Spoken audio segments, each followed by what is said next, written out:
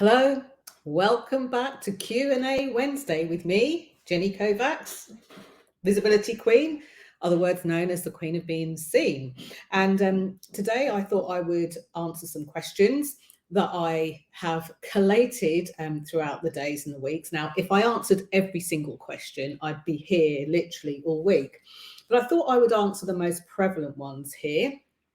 So one of the things as well that I'm just navigating with this, I should be streaming on my personal page, in my Facebook group, and on my business page, I hope. But one of the things I've noticed StreamYard have started doing is they've been creating events at the destination, which means that people aren't getting invited to it. So I might have to revisit how I stream. But anyway, that's another topic for another day. Today is Q&A Wednesday. I'm going to keep it short and sweet because I've got phone calls after this. I need to go and collect my running number for the London Marathon, and I've got a few other things to do.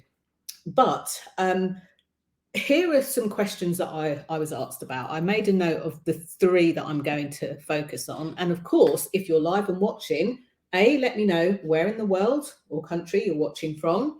If you've got questions, knowing that I will come and do this on a Wednesday, if you've got questions, then by all means, ask me the questions while I'm live, or when you see these pop up, earmark a little thing that you'll come on and ask the question live.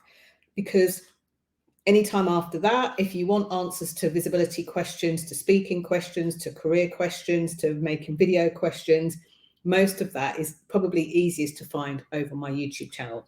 I'm going to take a slurp of my rooibos tea and then crack on with the first question.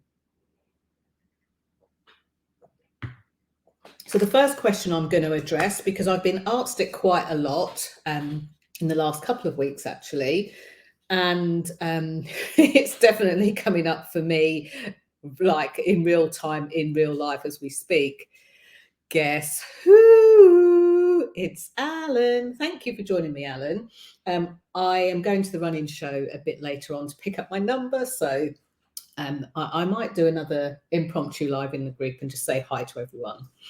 So the first question, this was, just to give you the context, this was given to me by someone who had actually been booked on a speaking gig, face-to-face live speaking gig, but they were worried about nerves getting the better of them, especially as they hadn't been out speaking at all during the pandemic. So it's been a couple of years.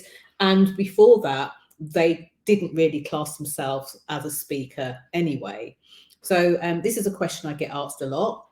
If you were the person I was working with, I would be asking you for more information to get into the specifics of nerves, because sometimes it might not be around speaking. It could be, I hear a lot, oh, I'm great at video, but put me in front of a room of people and I lose it. Or put me in front of 3,000 people, I can speak all day, but put a video in front of me and I lose it.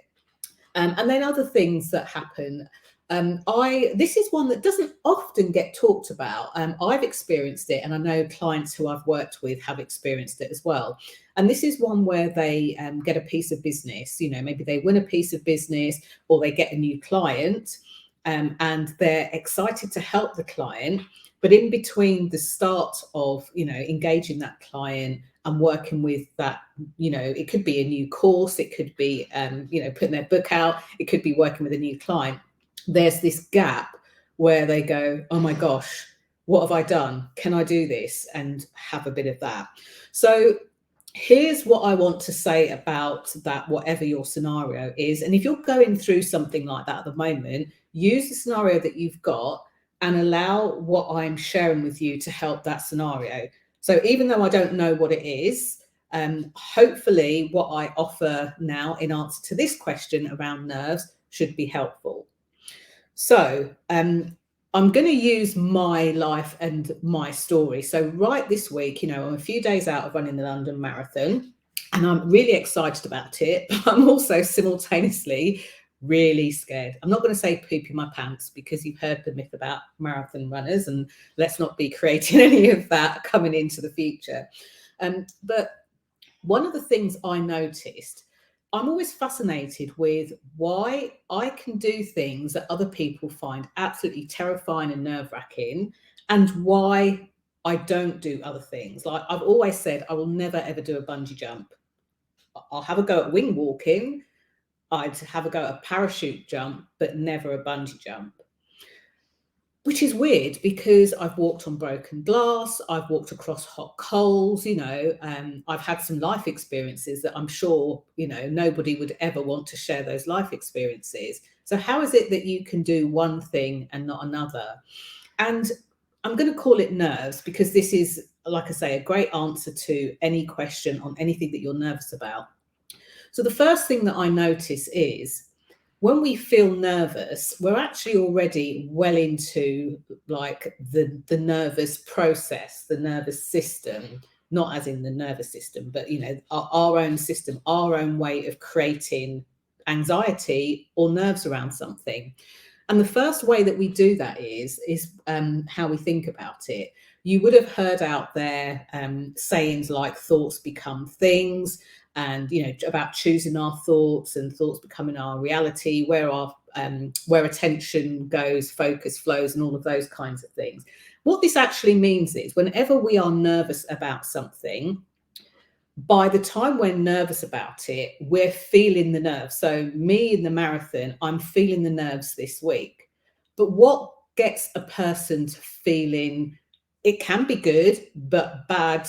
If it, when I say bad, let's go for a feeling that you don't want, anxiety, frustration, anger, nerves.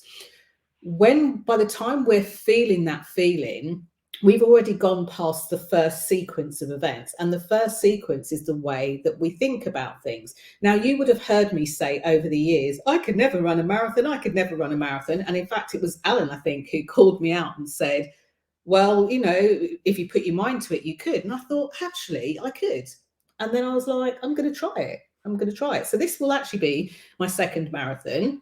I don't intend on becoming a marathon runner per se, but I wanted the experience of running on the course. So in between me feeling nervous today and yesterday and this week, before that, my thoughts were things like, what if I injure myself? What if I really haven't practiced enough? What if I need a wee on the course, need to do a Paula Radcliffe or worse? What if I hit a wall? What if my walking pace is so slow that it takes me 12 hours to do?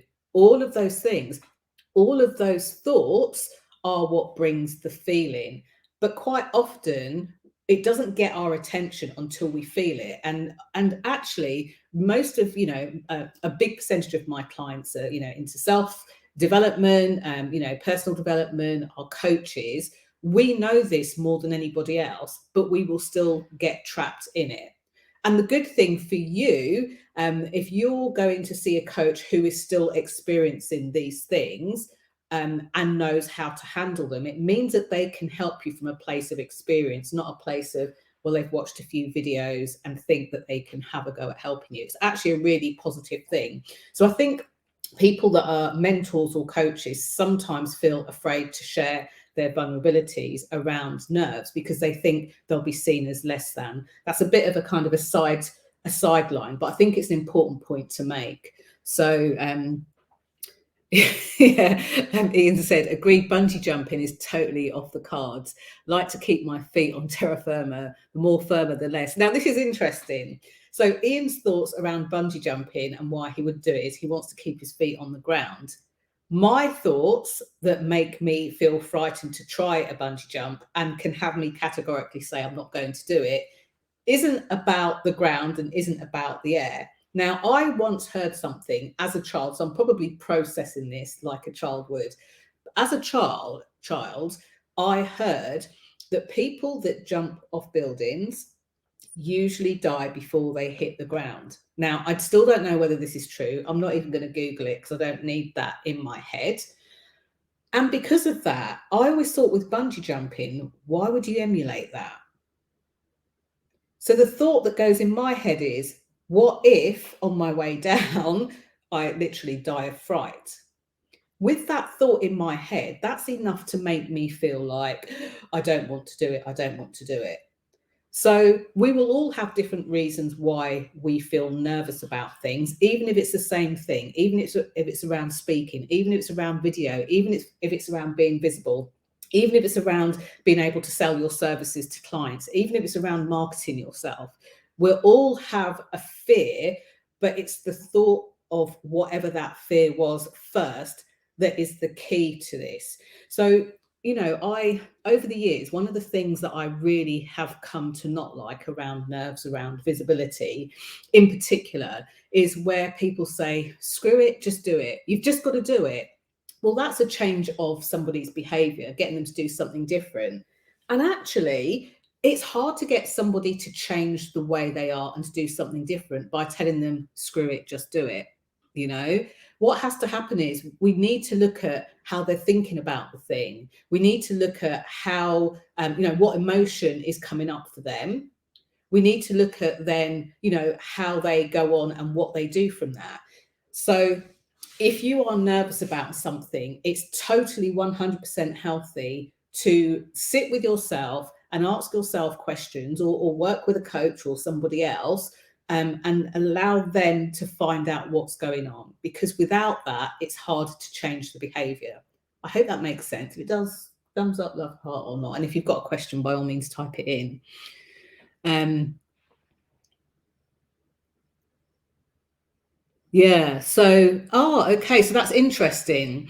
So, yeah, I was just talking about the whole fear of like my bungee jumping thing, why I would never do it. And Ian saw something on saw the fall off or nearly fell off a death slide at a county show aged about 6. So this is a perfect example, because what would have happened for you at age 6, you would have seen that, you would have made a decision on that, and that thought is still with you now. And this is the thing, there's no amount of rationale that can change that.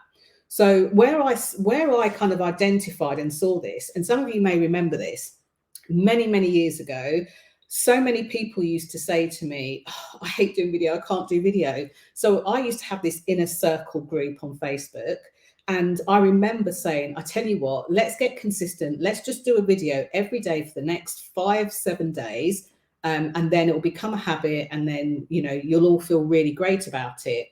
And all I did was I said, day 1 starts tomorrow, and left it up to people to choose their own topic for their video. Now, it didn't change the behavior immediately to have them do video, because, they felt the pressure to explain themselves, explain their business, show up perfectly. They were in a smaller group of people, their peers, and they wanted to do well. And what I went through then is I thought, well, what do they need to experience, regardless of the just do the video? What do they need to experience to not feel the nerves, so that they can make the video, and then they can go off and do video without me saying, go on, do a video. So when I went through that process, it's actually where in its first iteration, it was called the video game. I didn't want it to be a challenge, because the language in itself was challenging. So the first iteration was a video game, and some of you will definitely remember that. And through me looking at, well, how would they need to feel instead? And given that there's, you never know who's coming to you and what's nerve-wracking about what they're doing, I was able to then think, oh, well, there's this thing and there's this thing. So I kind of went round the back door of, well, how could I have somebody be confident on camera?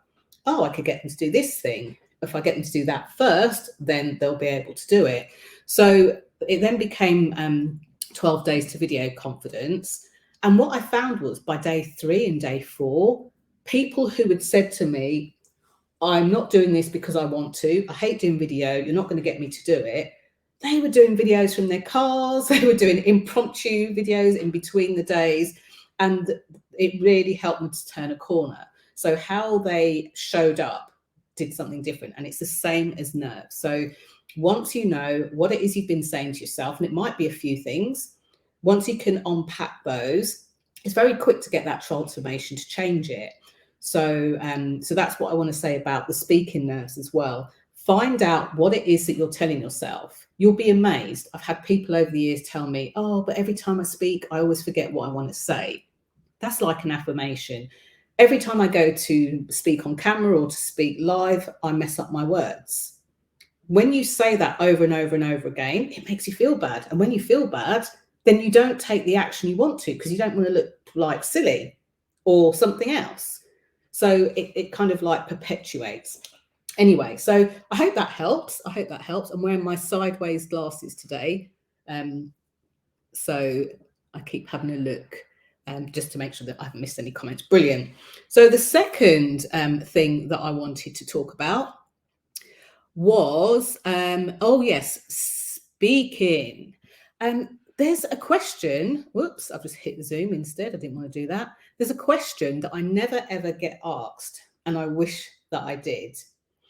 And I normally get asked the question of, Jenny, how do you get so many speaking gigs? So I tend to speak probably average around 4 times a month, and it could be live on stage, it could be live online, and then sometimes it's like podcasts and interviews and things like that. So I often get asked, well, how do you get more speaking gigs? How do you find them? And there's this energy of, you've got to get them. And I actually don't chase down speaking gigs. They normally come to me, not because I'm lucky, but it's taken me a really long while to kind of like have a look at, well, what is the process? What happens? So one of the things, which is part of the visibility activator process, is in the first part, the V, again, here I am doing the V, is the visibility element. Now, many people think they have to be visible in people's inboxes or visible on their timelines on social media so that they get recognized or seen, so that they get asked to speak. When actually, a couple of the ways that I've done this are through 2 things.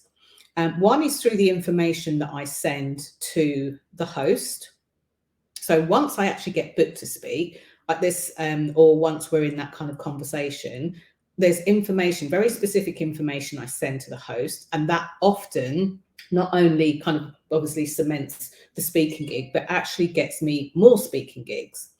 And the second thing I do is I share their events, unless it's like internal staff, and even when it is, unless it's confidential, I will share, because what I want to do as a visibility specialist is elevate and highlight that particular organization, that particular company, that particular brand.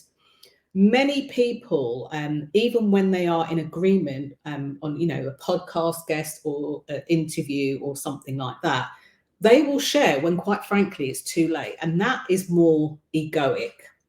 That's more, hey, I'm speaking tomorrow at this thing, all hail me. It's not a genuine attempt to have more people know about that organization. That one thing alone, I have kind of traced back through my own business, and it might be different for yours.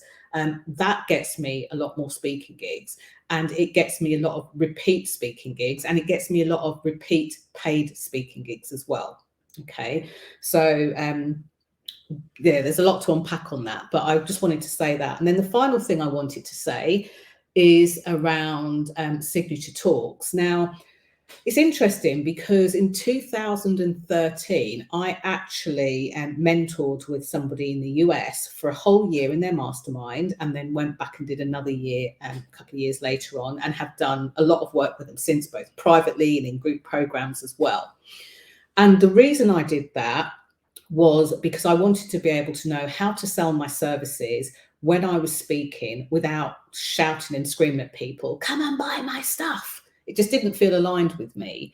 I always wanted people to get good information from the stuff that I'm sharing when I'm speaking, whether they continue to work with me or not.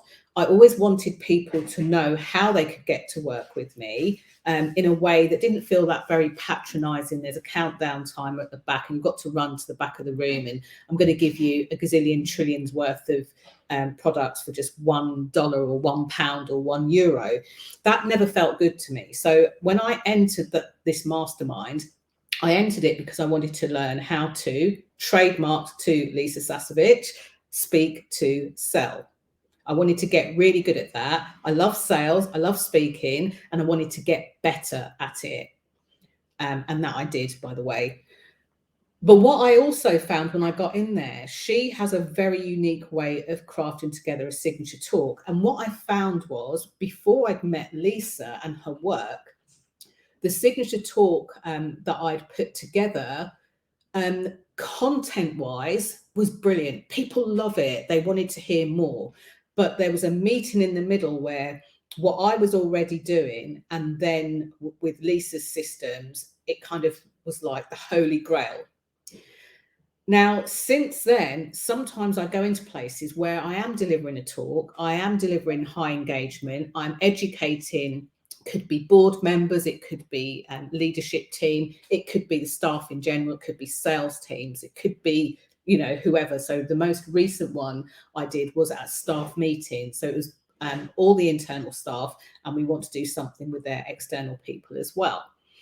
With those, I'm not really looking to speak to sell, because I'm already being paid to do that. But what I am looking for are for people to get good information and to retain that information so that they can do things differently, a bit like I described on the video stuff. So my thing isn't put me in front of a room of people, let me speak to them or at them. It's I really want a great change. So all of that to say, the question I was asked with the signature talk was, how do you put together a signature talk? There are so many ways that you can do it. And if that's you and you're wanting to work on it, you know, once and for all, please do send me a message on whichever channel you're looking at this at. For a very short time, because I'm now running out of time or available time. I am going to be doing some one-on-one sessions or one-off sessions. So if you're interested in that, they're quite a pocket-friendly investment as well. They're not 5 figures, not 4 figures, not even 3 figures. So if you want to hear a bit more about how you can do that, please do contact me, connect with me, let me know. I'll let you know, like, I'll find out what you need, and I'll let you know kind of pricing and stuff. And if you want to do it, great. And if you don't, great. Okay. The other thing you can do is get access to my Be Seen Academy, which, again, if you're watching this and you say, I've seen your webinar, the Be Seen Academy, to get access to it used to be something like 29 quid a month. But if you're looking at this and you want access to it for like the next month for a silly price, then, you know, do come and let me know. And then the other thing, of course, is the visibility activator system. I talk about this system, and I've actually got something which is self-study, which you get access to for a year. And again, if that's something that you want to be able to do, you know, you put the kids to bed, or, you know, you've made tea, or you've gone out and seen a client and you want to dip in and dip out, and you get recordings now of all the monthly Q&A calls. And I'm still, every now and then I get some really interesting questions. I'll pop in a new Q&A, but that's completely hands-off self-study. You get access to that for a year. Again, let me know if that's something you want to do. Anyway, I didn't intend to share any of that, but I felt a bit remiss to not be able to share with you what you can do after hearing this. So, for example, I talked about the repeat bookings that I get on speaking and paid speaking, and the information that I send over. That's in the Be Seen Academy. I talked about signature talks. That's a one-on-one session, kind of one-off one-on-one session with me. Although, of course, if you want to work with me longer, we can discuss that. We'll see what is good for you. So on a signature talk, if I could give you one piece of advice, because there are lots of different things that you need to consider, but if I could give one piece of advice on a signature talk, it's always to know what specifically your audience that you're going to be speaking to needs. So very recently, with the help of 2 lovely people, I ran a career day. Unfortunately, it was the day after Queen Elizabeth II passed, but we did that online. And some of the information could have been just as useful for entrepreneurs and business owners, speakers, but this was really focused for people who are employed professionals who are looking to really kind of catapult their career. So in order to have that be effective, I had to look at, like, who exactly am I speaking to? And I say this because people think of a signature talk as being, they've got their talk and they will say the same thing every time. And in fact, they get bored of it before an audience gets bored of it. But a signature talk is a bit like a signature dish. Let's say you make a cracking lasagna. It could be that you add 2 types of cheese into it. It could be that you add vegan cheese into it because you're vegan. It could be that you put in extra garlic, extra tomatoes. It could be that you do a one that tastes really meaty but is totally vegetarian or totally vegan. What that signature is you put in your stamp on it, but you want to make sure that it fits and it's suitable for your audience. I hope that makes sense. If you or someone else you know needed to hear anything that I shared in this Q&A today, by all means, do feel free to share this video.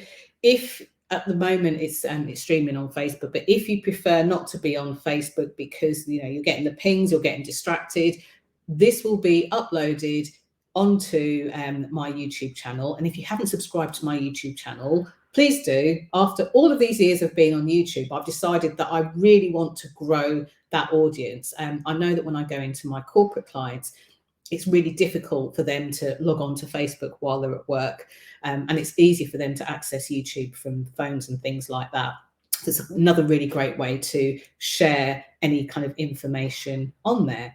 Anyway, that's it for now. A bit longer than I intended, but hopefully helpful. So there's the thing to do with nerves. Have a look at your thoughts. And if you can't look at your thoughts or hear your thoughts, then go for whatever you're feeling around your nerves and let that point you back to the thing that you're thinking of. If it's around speaking, remember that when you're speaking, as soon as it's confirmed and as soon as you're able to share it with your audiences, that's like the secret sauce that gets you booked again by other people. They now know you speak on this subject. They now know you're open to being a podcast guest. They now know that you've got a podcast and you're looking for more guests, So make sure that you share that regularly. And then on the final thing, think about your signature talk. Now, like me, you might have a couple of different signature talks, but my overall topic is visibility. So it means that, as some of you may have seen, I only shared it, I think, on LinkedIn this morning and also on Facebook today. This work that I do, the visibility stuff, is just as helpful for compliance professionals, risk professionals, people that deal with anti-money laundering. What I will do with my signature talk is make sure that it's really relevant for that audience. And that's all your signature talk should do. You're still speaking about the same topic that you would always speak about, but it's like landing on your audience's ears like a dog whistle. Okay, so that's it for now. See you tomorrow. I think it will be around the same time tomorrow. And when I go to the running show and pick up my number, if I'm not a blubbering wreck, then I will come back and show you my number for Sunday. And if you're able to support me, please either sponsor me or just at least cheer me on. It's going to be a long full day of cheering on. You're going to have hours to be able to do it. Don't you worry. I won't be finishing in 4 hours. So that's it. Speak to you soon. See you tomorrow. And remember, if you do want access to any of the things that I've spoken about, then either go to thequeenofbeingseen.com and you'll be able to schedule a time to speak to me to find out what's going to be best for you, or send me a message and have a look at that. So thank you so much, and I will see you again tomorrow or on the replay here or on YouTube. Bye for now.